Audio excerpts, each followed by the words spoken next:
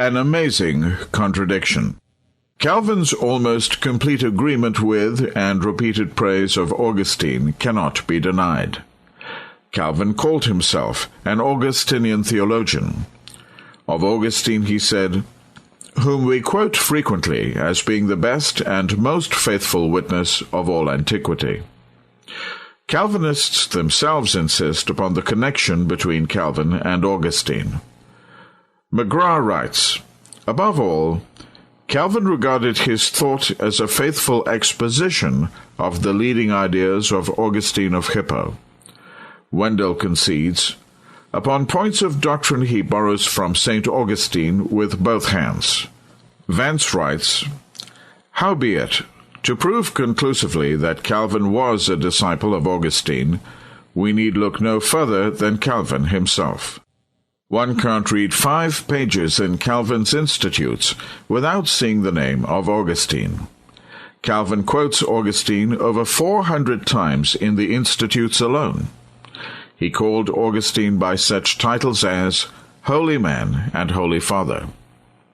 As Vance further points out, Calvinists admit that Calvin was heavily influenced by Augustine in forming his doctrine of predestination.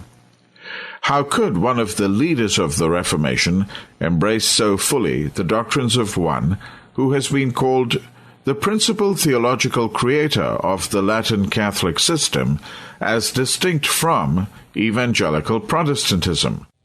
Calvin's admiration of Augustine and his embracing of much of his teaching is only one of several major contradictions in his life, which will be fully documented in this book.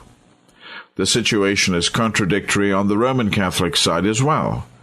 Their dogmas reject some of the most important doctrines held by the most famous of their saints, the very Augustinian doctrines that Calvin embraced. Here we confront a strange anomaly.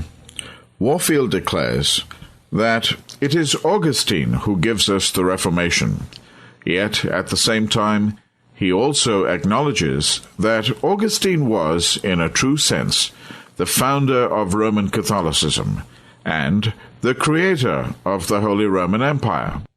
Strangely, Calvin apparently failed to recognize that Augustine never understood salvation by grace alone, through faith alone, in Christ alone.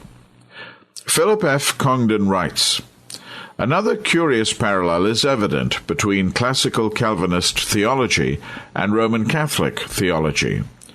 The two share an inclusion of works in the gospel message, and an impossibility of assurance of salvation. Both hold to the primacy of God's grace. Both include the necessity of our works. Augustine's heresies, especially his Romanist view of faith in Christ being supplemented by good works and the sacraments, were not lost on Luther, who wrote, 'In the beginning I devoured Augustine, but when I knew what justification by faith really was, then it was out with him.' Yet leading Calvinists suggest that I side with Roman Catholicism by rejecting Calvinism, even though it comes largely from the ultimate Roman Catholic, Augustine. Here is how one writer expressed it to me. And given that the position you espouse is, in fact, utterly opposed to the very heart of the message of the Reformers, and is instead in line with Rome's view of man's will and the nature of grace, I find it tremendously inconsistent on your part. You speak often of opposing the traditions of men, yet in this case you embrace the very traditions that lie at the heart of Rome's gospel.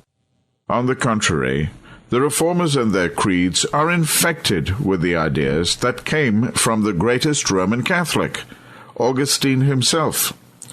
Furthermore, a rejection of election, predestination, and the preservation of the saints as defined by Calvinists is hardly embracing the heart of Rome's gospel. The real heart of Rome's gospel is good works and sacraments.